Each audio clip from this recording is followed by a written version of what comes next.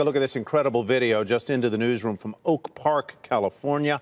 Houses gutted, embers covering every surface as the Woolsey fire expands to more than 8,000 acres. Over 75,000 homes are under evacuation orders, but that number is expected to grow and grow very fast. Jane Wells is in the thick of it in Thousand Oaks, California. She joins us now on the CNBC Newsline. Jane, how much more can Thousand Oaks endure this week?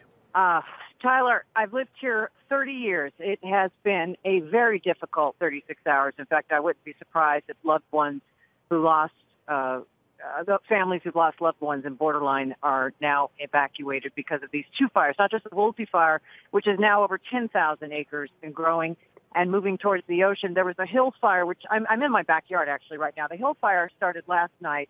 About a half mile from me by where how the crow flies. It's now at 6,000 acres, also burning to the ocean. That's what happens here. These fires burn towards the sea, which always puts Malibu on target. But it looks like in this particular case, they're going to burn to the ocean north of Malibu and into an area in many places which burned 5 years ago. So that will slow it as it happens. But there are hot spots. I mean, there's a hot spot 4 miles away from me right now.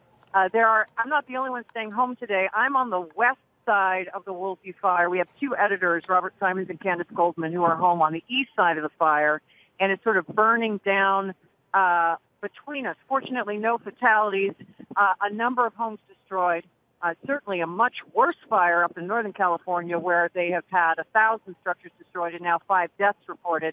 And so resources, which are always stretched thin this time of year, are thin again. I did see some aircraft from firefighting aircraft fly over me a short time ago. And, of course, all kinds of resources are coming to California from other states, as they often do this time of year. You say you're in your backyard. Do you sense the fires? Can you smell them? Can you see them? Oh, yeah, no, they're right.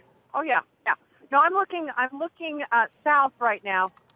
In this part of Southern California, you always think of the Pacific Ocean as being west. It's actually south. Mm-hmm. I'm looking south now, and I'm watching as this plume from the Woolsey fire, which is reaching as high as 10,000 feet, according to KNBC, is moving towards the water because that's where the Santa Anas push you, and that's the direction that the fire usually goes.